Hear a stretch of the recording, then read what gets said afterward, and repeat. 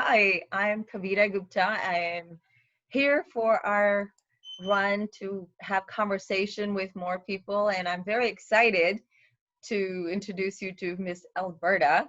But before we get started with Miss Alberta Watts, I just wanted to let you know, please do hit the subscribe button if you are watching us on YouTube, and look forward to sharing more information. So, Miss Alberta Watts, thank you so much for taking time out of your busy schedule. I am so excited that we're having this conversation, and please disregard the chirping going on in the background. There's always something. I really, one of the things that I remember about your mom, I think I really met her maybe 20 years ago, and Mhm. when your Henderson Grove had their women's retreat, and I was one of the speakers.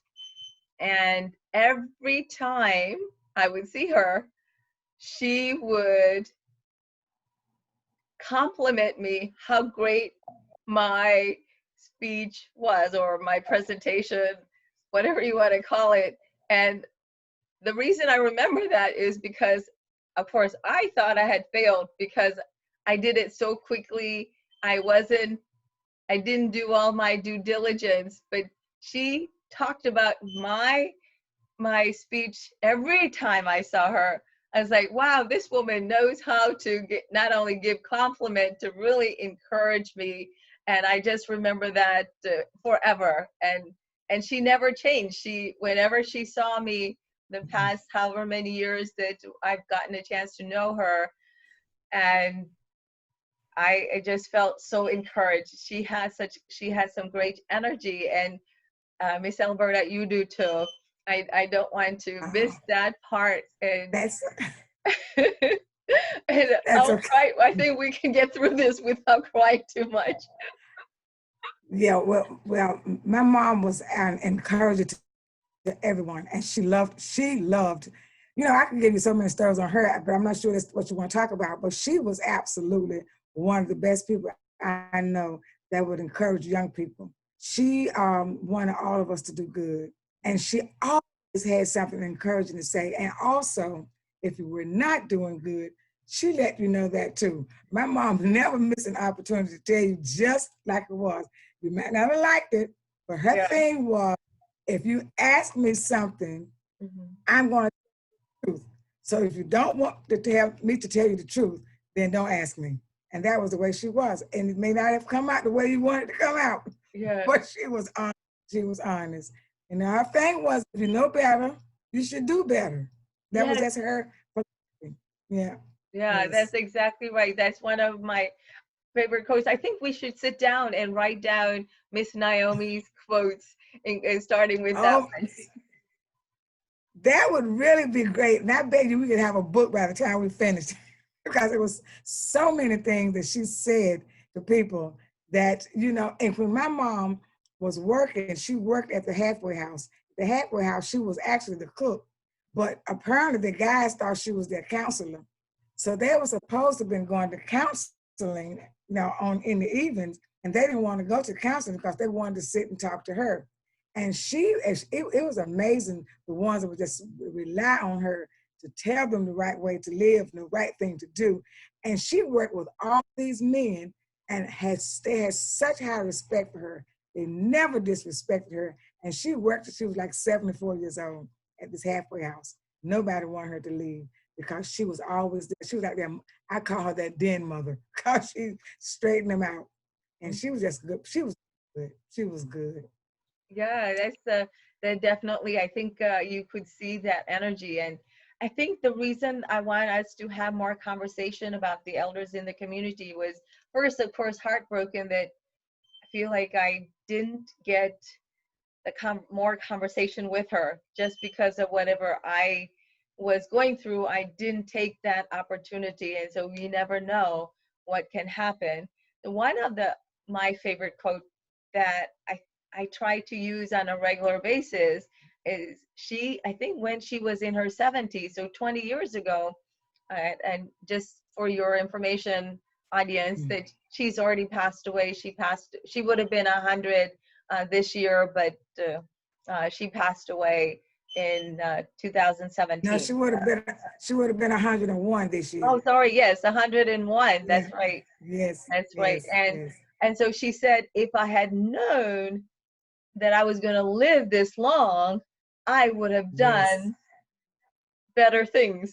And that really caught my attention. It's still in my mind. Yeah. What can I do today to be able to move forward and make my health better now so I can live better in the future?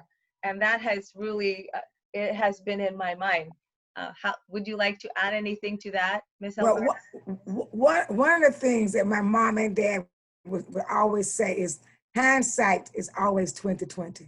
Mm-hmm. But thinking back, I wish I had something different. I wish I had done different. Like she said, she would have done better. She would have eaten better. She would have, did better, made better choices. Look, my mama lived almost 100 years with the choices that she made. Right? She was 98, almost 99 years old when she passed. So Right. I don't know what greater choices she could have made. Maybe she would have lived another 10, 15, 20 years. But at any rate, she was a wonderful person. And I mean, yeah, we probably all could eat better. But Mm-hmm. I don't know if that's going to would have made that much difference because my mom ate everything. She loved her fried chicken. No Sunday could pass. I don't care what I fix her. I could make her roast beef. I could make her anything, but she wanted some fried chicken. So I don't care what I had cooked that day. Fried chicken had to be on the menu. maybe she loved. She maybe she loved her. lived longer because she got her choice. Well, she loved. Look, and the strangest thing about it, she loved Church's fried chicken wings. So we had to stop at Church's to get her a chicken wing. And at that time, it was like $2.50 each. But she didn't care. She wanted a Church's chicken wing. So she had to get her 2 Church's chicken wings every season. Hey, whatever works, right? I It think worked for her. maybe that's the secret. We have to find our favorite food that we can get energy from. Yes. And And if it's Church's chicken, then hey, let it be so. I did not argue with her. I just stopped at Church's chicken. For sure, for sure. Yes, Do you have yes. any other point that you want to bring? And definitely we'll do this conversation more. But do you have any other memory that you can add Are you of your serious? mom? Of my mom? Yes. Oh, this is going to seem kind of strange. My mom loved the Lord. Mm-hmm. She was truly a Christian woman. And she's lived by herself. I'm going to say by herself because I was over all day long, but for her, she lived by herself. Mm-hmm. The thing was, she never got lonely. And this really touches me because I would go over there and say, Mom, are you lonely? And she would say, no. She said, me and Jesus are doing just fine. Jesus was her company. So she never, I get teary-eyed when I think of it because she loved Jesus that much. And she would just say, me and Jesus are just fine. I don't need no company. I'm just fine. And she would say, Alberta, I think you need to go home and be with Robert. Be some time with him. I'm all right. Me and Jesus are just fine. And I would sit there and she'd go to sleep. And she'd say, Alberta, go home. Me and Jesus are just fine. So, yeah, she loved the Lord. Very Christian woman. In fact, Mom made me a better missionary. She was a missionary at heart. Everybody who put on and I'm going to say it like this because I think we get it mixed up. Everybody who put on their white on Sunday, which is wonderful. There's nothing wrong with wearing your white. My mother was a missionary from the heart. So what she had on white or black, it didn't matter because she took care of everybody. If you needed something, she would give it to you. I mean, she would give you, when you hear people say she would give you the shirt off her back, she would literally give you the shirt off. She would cook for everybody, and everybody was her child. I felt honored to share her with my church family. Everybody called her Mother Naomi. But that's exactly what she was. She was Mother Naomi, not just to me, but to everybody, even to Pastor Bethay. She loved him. She loved the church family. And it was strange because it was one little boy in the church. I won't even call his name, But he was one little boy in the church, and she bought him bananas every Sunday. Whenever she saw him, she called him her banana boy. And from a little boy, he still remembers that. That's the kind of person she was. And the sister, she would probably bring her strawberries because she might not have liked bananas, but she didn't want to bring him bananas without bringing her something. And that's the way she was. She was just that kind of a person. If you told her that you liked something, she made sure that when she saw you, whether it's your birthday or whatever, that you got what it was that you desired. And she loved my husband. I think she loved him equally, maybe even more sometimes. She just loved him. Robert could do no wrong as far as my mom was concerned. Mm-hmm. She loved him and he loved her. And that's a memory that I wish everybody could have, that, a mother that loves unconditionally. No matter what I did, she still loved me. And she would love me and just tell me about myself. My mom was like that. Anybody, it wasn't just me. Everybody who knew my mom, she told you the truth. Right. Whether you wanted to hear it or not, she would tell you the truth. She believed that the truth would set you free. So if she said she didn't sugarcoat anything, came to her with a problem, she would go all the way around the bush, and basically she would make you see yourself through the conversation she had with you. For instance, if I would go over there and complain about something that somebody had done to me, I would never forget this. And she said to me, "You got to learn how to sit on your feelings." Well, that hurt my feelings because I went to her to complain about something that someone had done. She said, "You need to learn how to sit on your feelings because people are going to always have something negative to say. Mm-hmm. Ignore them, your feelings, and move on." And so my advice to you or anybody else is, when someone is doing you wrong or you think they're doing you wrong, get so defensive. Just have a sit on your feelings. Wow, that is so good. I am so blessed by our conversation for sure.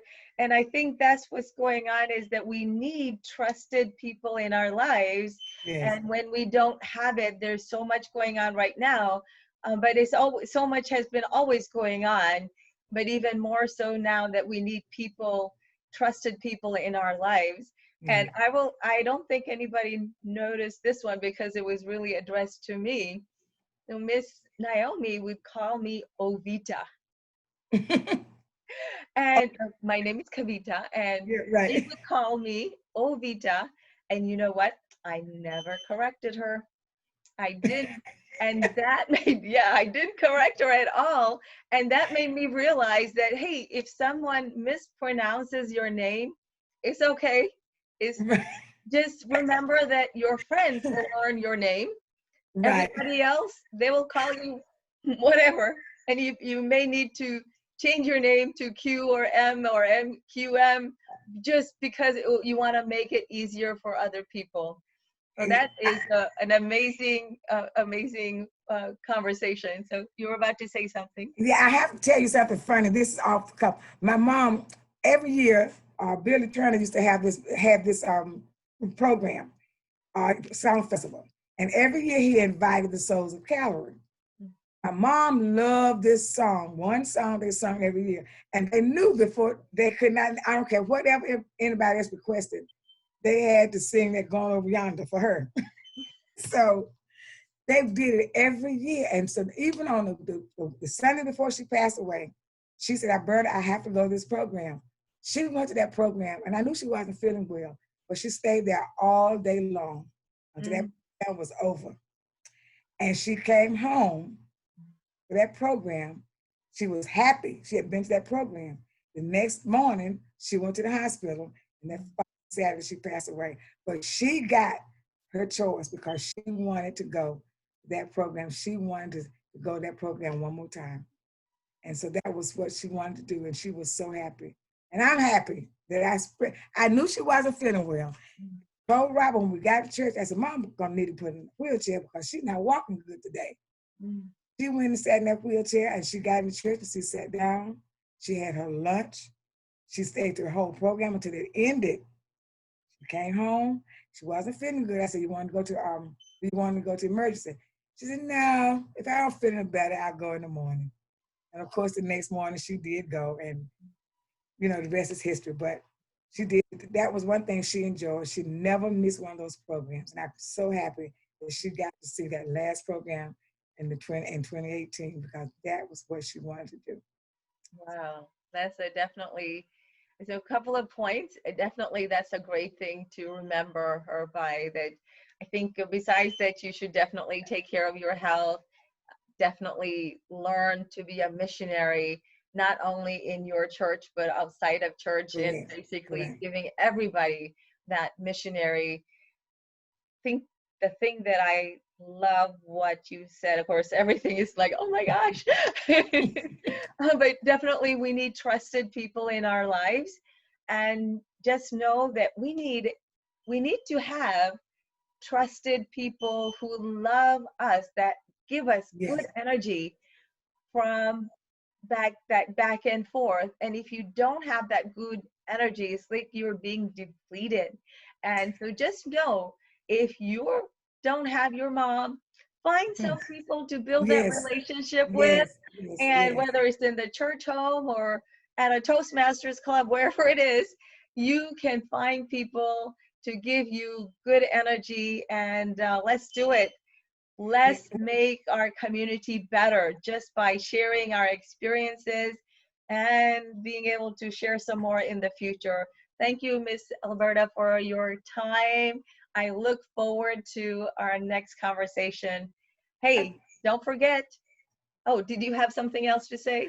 No, I was just going to just say that being a missionary was extremely important to my mom. And the strange part is that she made me the missionary. And since she's been gone, I've been the president of the missionary circle. And I'm not trying to be like her, because she's already instilled, not just me, even all the girls in our church, being a missionary. And being a missionary is not about coming to a meeting. This is what I want them to get, because she will tell you this. Missionary is doing missionary work. Missionary is not a title. It has to be from the heart. So just, you don't take anything from this. Missionary work is from the heart. There you go. So we need more missionaries. So if you are able to, if you're able to go ahead and be able to capture that in being a missionary, find some folks that you can connect with, use your energy for good, and let's do it. We can make the world a better place. Yes, we can. Yes, and I am praying that her living will not be in vain, that we will all be better missionaries, not just missionaries, but be better people for our church family, for our community, and for our youth today. I'm just excited for what we can do if we just do. Like my mom says, if you know better, do better. Yes, let's know better and do better.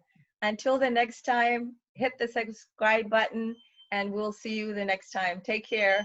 Bye. Bye.